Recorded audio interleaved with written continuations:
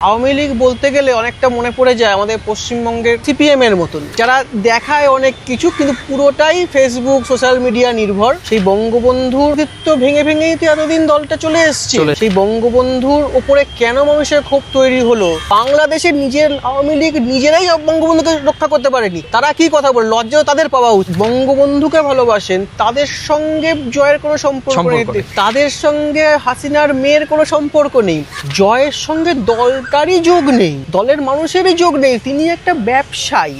বাংলাদেশকে নষ্ট করার জন্য বাইরের কাউর লাগবে না, বাংলাদেশকে বাংলাদেশের নাগরিকরাই নষ্ট করছে না। গত 13 মাসে বাংলাদেশের প্রাক্তন প্রধানমন্ত্রী, ভারতে পালিয়ে থাকা বাংলাদেশের শাসক দল অর্থাৎ তৎকালীন শাসক দল আওয়ামী লীগের সভানেত্রী শেখ হাসিনা নাকি তার পরিবারের অন্যতম দুই সদস্য পুত্র জয় এবং কন্যা পুতুল, এই দুজনকে সক্রিয় রাজনীতিতে নামাচ্ছেন। অনেকটা আমাদের দেশের গান্ধী পরিবারের মতো, বিশেষ করে খোলা চোখে যদি আমরা বলি যে প্রিয়াঙ্কা গান্ধী বা রাহুল গান্ধীর মতো রাজনৈতিক সক্রিয়তা দেখা যাবে পুতুল কিংবা জয়কে। এবং একই সঙ্গে এই 13 মাসে শেখ হাসিনার প্রতি বাংলাদেশের মানুষের উদাসীনতা আরো বেড়েছে। নির্বাচন আগামী বছরের ফেব্রুয়ারি মাসে আদৌ হবে? ইতিমধ্যে নির্বাচনের আগে দেশটিতে আইন শৃঙ্খলার যে অবনতির চিত্র, সেটি কিন্তু বাংলাদেশের অভ্যন্তরে গণমাধ্যম ছাপিয়ে এখন আন্তর্জাতিক খবরের শিরোনাম হচ্ছে। অন্যদিকে বাংলাদেশের অর্থনীতি, বাংলাদেশের সামগ্রিকভাবে নির্বাচন কমিশনের সংস্কার, এসব প্রশ্ন কিন্তু এখন কোটি টাকার ওপরেও দাঁড়িয়েছে। তা আমরা এই বিষয়ে আজকের আলোচনা করব। আপনারা দেখছেন প্রথম কলকাতা এবং আজকে আমাদের সঙ্গী কলকাতার সাংবাদিক, সংবাদ প্রতিদিনের deputy news editor Shirshendu Chakraborty. Shirshendu Chakraborty আমাদের সঙ্গে আগামী কয়েক মিনিট বাংলাদেশের অভ্যন্তরীণ রাজনীতি, ভারত বাংলাদেশের রাজনীতি এবং বাংলাদেশের রাজনীতির অন্যতম এই মুহূর্তে আলোচনায় নির্বাচন নিয়ে আলোচনা করব। শীর্ষেন্দু বাবু, আপনাকে স্বাগত প্রথম কলকাতায়। আপনি সম্ভবত, আমার যদি ভুল না হয়ে থাকে, বাংলাদেশের 2024-এর 5 আগস্টের পর প্রথম ভারতীয় কোনো সাংবাদিক বাংলাদেশের অভ্যন্তরে গিয়ে বাংলাদেশের একেবারে সবশেষ ঘটনা আপনি তুলে এনেছিলেন এবং বিভিন্ন শ্রেণী পেশার মানুষের সঙ্গে কথা বলেছিলেন, বাংলাদেশের গণমাধ্যমের মানুষের সঙ্গে কথা বলেছিলেন, সাধারণ মানুষের সঙ্গে কথা বলেছিলেন। গত 13 মাসেও এখনো পর্যন্ত বাংলাদেশের মুক্তিযুদ্ধের পক্ষের শক্তি বঙ্গবন্ধুর দল এবং পরপর 15 বছর শাসন করেছেন যে দলটি আওয়ামী লীগ এবং আওয়ামী লীগের সভানেত্রী শেখ হাসিনার প্রতি বাংলাদেশের সাধারণ মানুষের ন্যূনতম কোথাও কোনো রকমের কোনো সিম্প্যাথি গ্রো হয়নি। কিভাবে দেখছেন বিষয়টি? প্রথমেই দর্শকদের নমস্কার, আপনাকে নমস্কার। হ্যাঁ, এটা অবশ্যই ঠিক যে আমি সম্ভবত, যদি খুব ভুল না হয়, আমি প্রথম সাংবাদিক যে বাংলাদেশের যেটা সব থেকে জনপ্রিয় এবং ইউনেস্কো প্রচলিত যে অনুষ্ঠান পয়লা বৈশাখ, সেদিন কভার করি, সেদিনকে ছিলাম, দেখেছি, ওখানকার মানুষের সঙ্গে কথা বলেছি এবং আওয়ামী লীগের অনেক নেতা, যারা প্রকৃত আওয়ামী লীগের নেতা, তাদের সঙ্গেও দেখা হয়। আমি আমার কাগজে সেগুলো লিখিও। তারপরে বেশ কয়েক মাস কেটে গেছে, কিন্তু এটা সত্যি খুব মজার জিনিস, হয়তো আওয়ামী লীগ সেই জনপ্রিয়তা এখনো পায়নি। আমি হয়তো বলছি এই কারণেই, আমি তো ওই দেশের নাগরিক নই, আওয়ামী লীগের সদস্য নই, বিএনপির সদস্য নই, কোনো দলেরই সদস্য নই।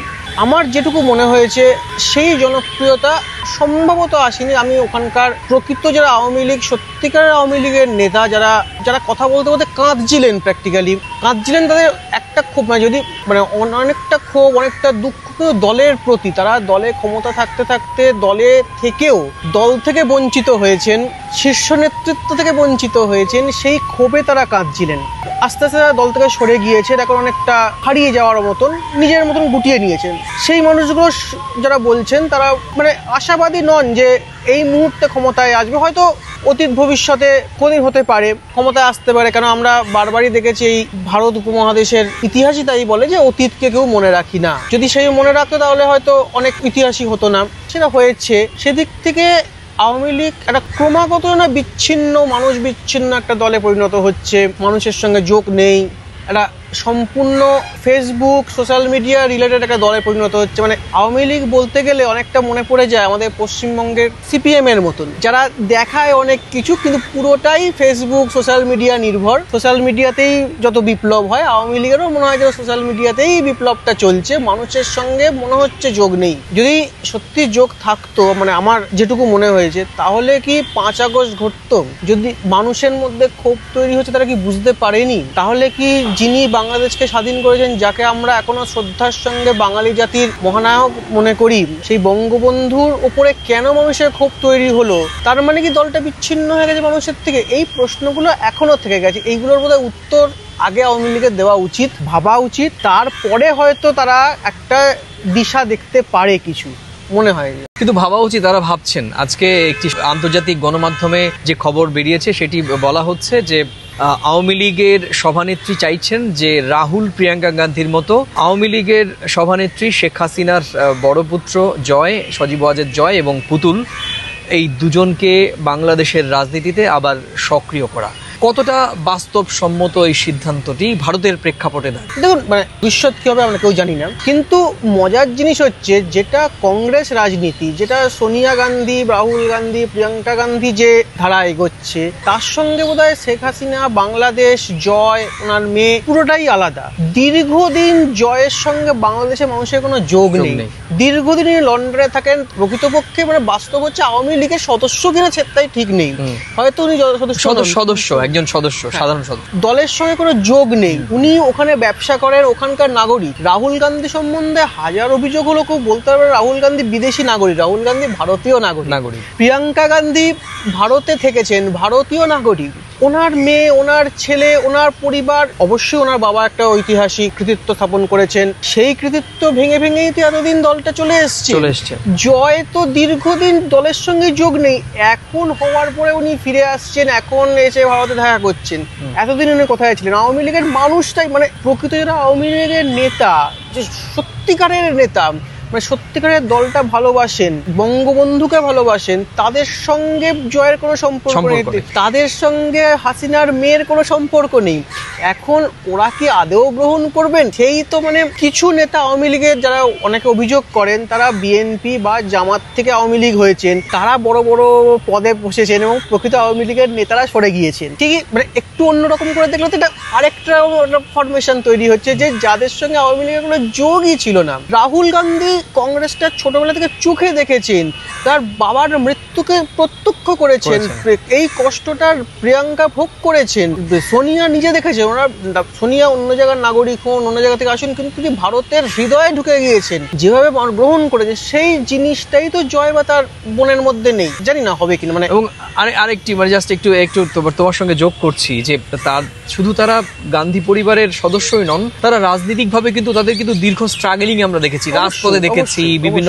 তারা কিন্তু ভোটের মাধ্যমে ক্ষমতায় যাওয়ার জন্য রাজনীতিটা করেননি। অ্যাটলিস্ট মানে আমাকে ক্ষমতায় যেতেই হবে, আমাকে যে শাসক দলকে টেনে নামাতেই হবে, এই ধরনের মানসিকতা আমাদের ভারতের রাজনীতিকদের মধ্যে একদমই নেই এবং রাহুল প্রিয়াঙ্কা গান্ধীর মধ্যে আমরা দেখিনি। সেক্ষেত্রে সজীব ওয়াজেদ জয় এবং পুতুলের ভূমিকাটা কিরকম হতে পারে? মানে তাদের তো মুখ্য উদ্দেশ্যই থাকবে তাদের, মানে যখন দলটা ক্ষমতার বাইরে তখন ওনাকে নিয়ে আসা হলো, যখন মানে ওনার ক্ষমতাই হচ্ছে ক্ষমতায় ফিরবো, হয়তো মানে ধরে নেওয়া হচ্ছে যে বাস্তব কি হবে জানি না, ভবিষ্যৎ কি হবে জানি না। মনে করা হচ্ছে যদি আওয়ামী লীগ ক্ষমতায় আসে অদূর ভবিষ্যতে, আগামী বছর যদি ভোট হয়, মানে অতি বড় সমর্থক মনে করছেন যে আওয়ামী লীগ ক্ষমতায় আসবে, ভবিষ্যতে হয়তো ক্ষমতায় আসতে পারে। কারণ ক্ষমতায় আসবে না এই কারণে তারা নির্বাচনে অংশগ্রহণই তো করতে পারবে না।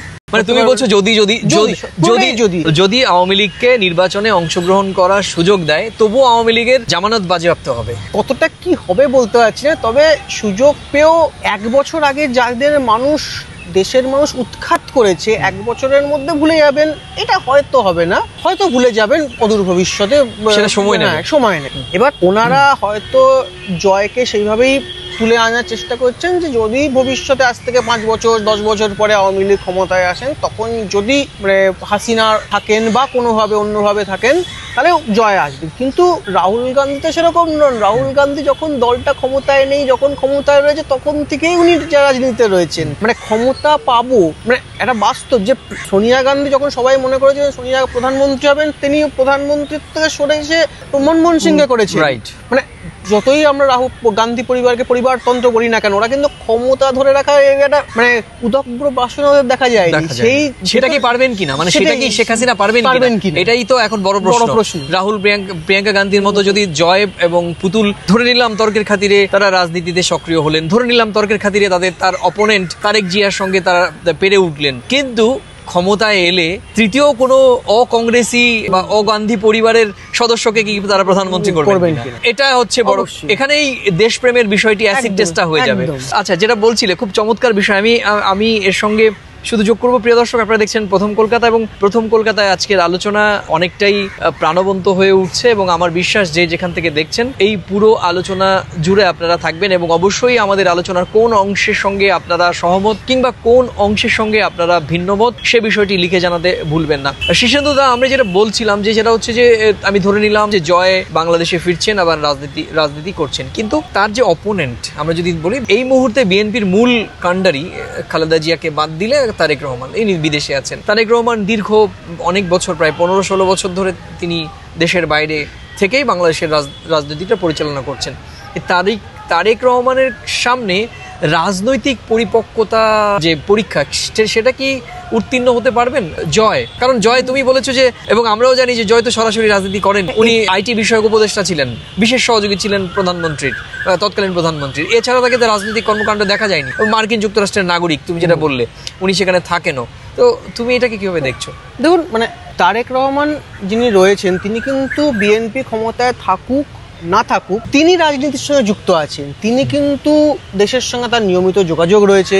তিনি দেশে আসতে পারেননি সেটা অন্য কারণে, কিন্তু মানুষের সঙ্গে যোগাযোগ, দলের সঙ্গে যোগাযোগ দলটা করেছেন, এখনো করছেন। কিভাবে করছেন, কেন করছেন সেটা না, করছেন। ব্যক্তি মানুষের সঙ্গে জয়ের যোগাযোগ রয়েছে। জয়ের সঙ্গে দলটারই যোগ নেই, দলের মানুষেরই যোগ নেই। তিনি একটা ব্যবসায়ী, এতদিন সম্পূর্ণ ব্যবসায়ী বুঝতেন। মা ক্ষমতায় বা পরিবার ক্ষমতায়, উনি ব্যবসায়িক সাপোর্ট দেওয়া বা ব্যবসায়িক কোনো পরামর্শ দেওয়া, এবং যতটাই হয়েছে ব্যবসায়িক কেন্দ্রিক, দলের সঙ্গে যোগ নেই। এবার সেখানে তারেক রহমানের সঙ্গে জয় কিভাবে পেরে উঠবেন, আদৌ পারবেন কিনা বা কি হবে, এটা তো ভবিষ্যৎই বলবে। এটা এখনই বলা যায় না কিছুই। ভবিষ্যতে কি ঘটবে যদি তবু কিন্তু তো অনেক কিছুই ঘটতে পারে। তবে এই মুহূর্তে তো মনে হয় না যে ভয়ঙ্কর কিছু পরিবর্তন হবে। রাত পোহালেই, আমরা যদি যে ভাষায়, সাংবাদিকদের ভাষায়, রাত পোহালেই মানে আগামী বছরের 1 মাস পরেই ফেব্রুয়ারিতে নির্বাচন হবে বলে এখনো পর্যন্ত, যদি হয় আমরা যদি কিন্তু পরন্তু কে ধরেই নিলাম, যদি নির্বাচনটি হয়, সেক্ষেত্রে এই নির্বাচনের পরবর্তী আমাদের ভারত বাংলাদেশের সম্পর্ক, যদি কিন্তু পরন্তুর মধ্যেই আমরা যদি একটু আলোচনা করি যে একটি নির্বাচিত সরকার বা যে সরকারই আসুক, আমাদের 1 বছরের তো সম্পর্ক আমরা মোটামুটি বুঝে গেছি। নির্বাচিত সরকার এলে কিরম পরিবর্তন হতে পারে কিনা? তো ভারত সরকারের একটা সোজা সাপটা নীতি যেটা মনে হয়েছে, যে স্পষ্ট করেছেন আগে বাংলাদেশে নির্বাচন হোক, কোনো পক্ষের সমর্থন তারা করছেন না।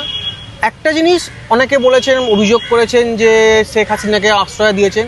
শেখ হাসিনা যেমন ভারতে আশ্রয় রয়েছেন, তেমনই কিন্তু বিএনপিও নেতারাও ভারতে আসছেন, ঘুরছেন, কাজ করছেন। একই রকমভাবে সব থেকে বড় জিনিস, ইউনূসের যে হাই কমিশনার, তিনি বিভিন্ন রাজ্যে ঘুরছেন, বিভিন্ন রাজ্যের মুখ্যমন্ত্রীর সঙ্গে কথা বলছেন। অর্থাৎ ইউনূস গভর্নমেন্টকেও কিন্তু একই রকম ভাবে ভারত সরকার ছাড় দিয়েছে।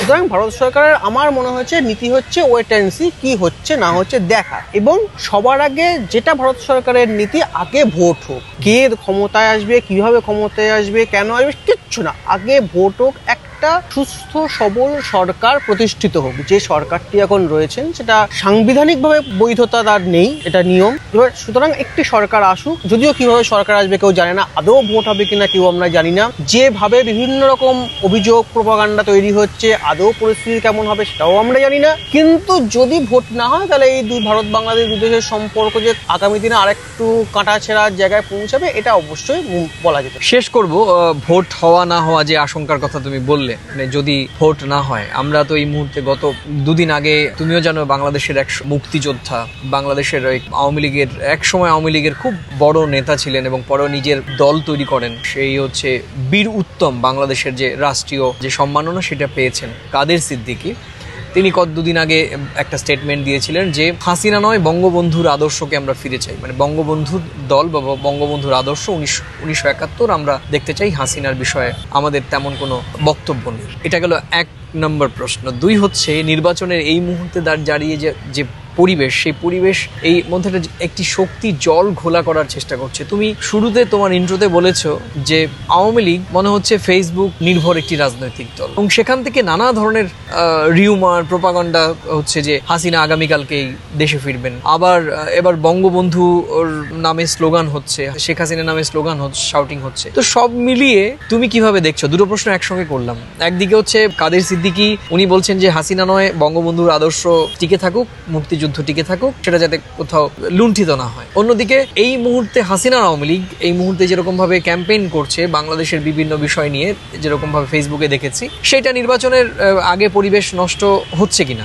আওয়ামী লীগের তো নেতাদের কথা বলাই উচিত নয়। ওনারা তো প্রথম থেকে বলছেন যে ভারতীয় সাংবাদিকরা বিভিন্ন রকম গুজব তৈরি করছেন, বিভিন্ন প্রপাগান্ডা করছেন, বিভিন্ন চক্রান্ত করছেন। আমার নামেও অনেক অভিযোগ, আমি এই প্রশ্নটাই করতাম, আমার নামেও অতি সম্প্রতি বিভিন্ন, মানে আমি প্রথম সাংবাদিক যে 14ই এপ্রিল বাংলাদেশ গিয়েছিলাম, ওখানকার খবর করেছিলাম, এবং এ প্রসঙ্গে বলি আমি পুরোটাই কিন্তু করেছি আমার সম্পাদক, আমার এডিটর এবং আমার কনসালটিং এডিটরের নির্দেশ, পরামর্শ, অনুমতিতে। আমার অফিস সম্পূর্ণভাবে তার খরচ বহন করেছেন, আমার অফিস পাঠিয়েছেন, এবং আমার সম্পাদক, মাননীয় সম্পাদক এবং কনসাল্টিং এডিটর দুজনের অনুমতি নিয়ে আমার যাওয়া এবং অফিসকে প্রতিটা মুহূর্তের আপডেট দেওয়া, খবর করা, সব কিছু করেছে। তারপরে আসার পর, সেখান থেকে ফেরার পরে বিভিন্ন রকম আমি এর চর, আমি ওর চর আরও অভিযোগ করেছে। এখন তারা শুরু করেছে আমি বিভিন্ন টাকা দেওয়ার অভিযোগ আমার নামে আওয়ামী লীগ করছে। আমি একজন সাংবাদিকতা করি, খবর করি, সুতরাং আমার সঙ্গে বিভিন্ন লোকের যোগাযোগ আছে, হওয়াটাই স্বাভাবিক। আওয়ামী, বিএনপি, আমি যেমন আওয়ামী লীগের খবর করেছি, আমি যখন বিএনপির খবর করেছি, বাংলাদেশের খবর, মূলত বাংলাদেশের, আমি বাংলাদেশের নাগরিক নই। আর যে আওয়ামী লীগ বড় বড় কথা বলছে, তো কথা বলাই উচিত নয়। তারা তো নিজের দেশে যাকে সম্মান করে কাজ করেন, যাতে সম্মানে রাখেন, সেই বঙ্গবন্ধুকে রক্ষা করতে পারেননি। নিজের বাংলাদেশকে নষ্ট করার জন্য বাইরের কাউর লাগবে না, বাংলাদেশের নাগরিকরাই নষ্ট করছে না। মানে বিদেশি সাংবাদিক, ভারতীয় সাংবাদিক, বাঙালি সাংবাদিক কিচ্ছু লাগবে না। এর জন্য বাংলাদেশের নাগরিকরাই যথেষ্ট। আগে ওনারা ঠিক হন, আগে ওনারা এই মিথ্যে অপপ্রচার করা বন্ধ করুন। অপপ্রচার মিথ্যেই হয় যদিও, বন্ধ করুন। এবং বলা ভালো যে আমার সম্বন্ধে বলা হচ্ছে আমি টাকা দিচ্ছি, একটা প্রমাণ আগে দেখা। একটা প্রমাণ না দেখলে, যে টাকা বলেছে সেই টাকা আমাকে আগে আওয়ামী লীগ দিয়ে যাক। সেই ক্ষমতা থাকলে সামনে, আমি তো আওয়ামী লীগের যিনি মন্ত্রী ছিলেন তারও সাক্ষাৎকার করেছি, তিনিও টাকা দিয়েছেন বলতে। রাইট। মানে একমাত্র আমি যে হাসান মাহমুদের সাক্ষাৎকার আমার কাগজ ছেপেছে, বড় করে ছাপা হয়েছে, কোনো বাংলা কাগজ, কোনো ইংরেজি মাধ্যম কাগজ পাইনি, আমরা করেছি। তাহলে বলুন হাসান মাহমুদ আমরা টাকা দিয়েছে আওয়ামী লীগ বলতে? আমরা বাংলাদেশে গিয়ে বাংলাদেশের মানুষের আসল আওয়ামী লীগের কথা ছিল, তারা বলুক সেই মানুষকে টাকা দিয়েছেন। সেটা করার ক্ষমতা নেই। এখন শুধু বড় বড় বলছেন যে বঙ্গবন্ধুকে চক্রান্ত, আওয়ামী লীগের চক্রান্ত। আরে চক্রান্ত তো আপনারাই করেছেন, সাংবাদিকরা কি করবে? ভারতের সাংবাদিক জাতীয় প্রেস ক্লাবে বঙ্গবন্ধু সুরক্ষিত, সেটা গৌতম লাহিড়ী, আমাদের যিনি মাননীয় প্রেসিডেন্ট জাতীয় প্রেস ক্লাব, তিনি প্রমাণ করে দেখিয়েছেন বঙ্গবন্ধুকে ভালোবাসা কাকে বলে। কলকাতা প্রেস ক্লাবে বঙ্গবন্ধু সুরক্ষিত, কলকাতায় বঙ্গবন্ধু সুরক্ষিত। বাংলাদেশের নিজের আওয়ামী লীগ নিজেরাই বঙ্গবন্ধুকে রক্ষা করতে পারেনি। তারা কি কথা বলে? লজ্জা তাদের পাওয়া উচিত। এটা গেল এই। দুই হচ্ছে আওয়ামী লীগকে বাঁচানো চক্রান্ত, এইগুলো তো আগে শেষ হোক, আগে ওনারা নিজেরা ভুল সংশোধন করুক। ভুল যদি সংশোধন না করেন তাহলে কি করে ক্ষমতায় আসবেন? আগে ভুল সংশোধন করুক, বুঝুন। আর আমাকে ব্যক্তিগত আক্রমণ করে তো স্বার্থ সিদ্ধি হবে না, নিজেদের আগে সংস্কার করে বাকিটা করতে পারবে।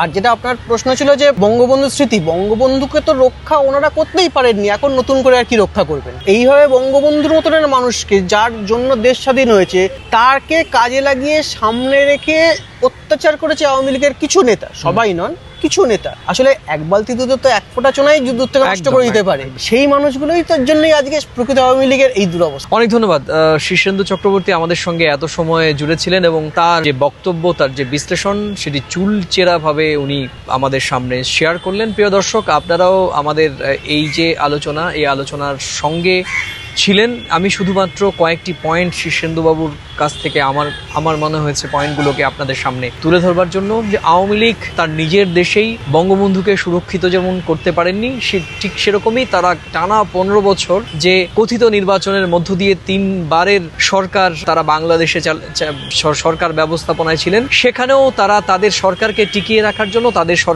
সরকারের ভেতরেই যে ছায়া সরকার ছিল, সেটাও কিন্তু 2024-এর 5ই আগস্টে প্রমাণিত হয়েছে।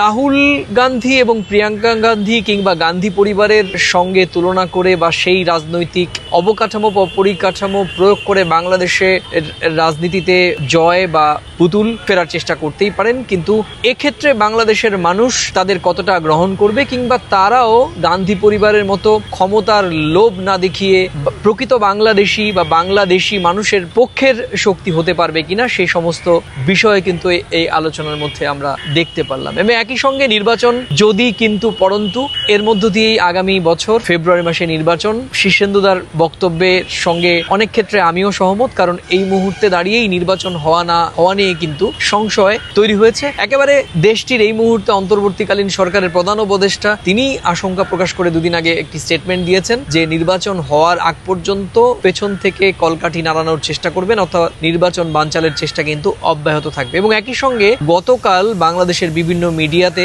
আমরা দেখেছি যে বাংলাদেশের এই মুহূর্তে স্বরাষ্ট্র উপদেষ্টা তিনিও বলেছেন যে আইন শৃঙ্খলা অবস্থা কিন্তু এখন অনেকটাই ভেঙে পড়েছে। এত নেতিবাচক বিষয়কে সামনে রেখেই বাংলাদেশের নির্বাচন এগিয়ে আসছে এবং আমরা চাইছি যে আগামীতে বাংলাদেশ একটি গণতান্ত্রিক প্রক্রিয়ায় ফিরে আসুক, তার জন্য অবাধ, সুষ্ঠু এবং নিরপেক্ষ নির্বাচন একেবারেই অনিবার্য সত্যি। তো প্রিয় দর্শক, আজকের আলোচনা এখানে শেষ করলাম। আবার দেখা হবে বাংলাদেশের প্রাসঙ্গিক প্রসঙ্গে বিষয়ে আপনাদের সঙ্গে। তো ততক্ষণ ভালো থাকুন, সুস্থ থাকুন এবং সবাই নিরাপদ থাকুন। নমস্কার।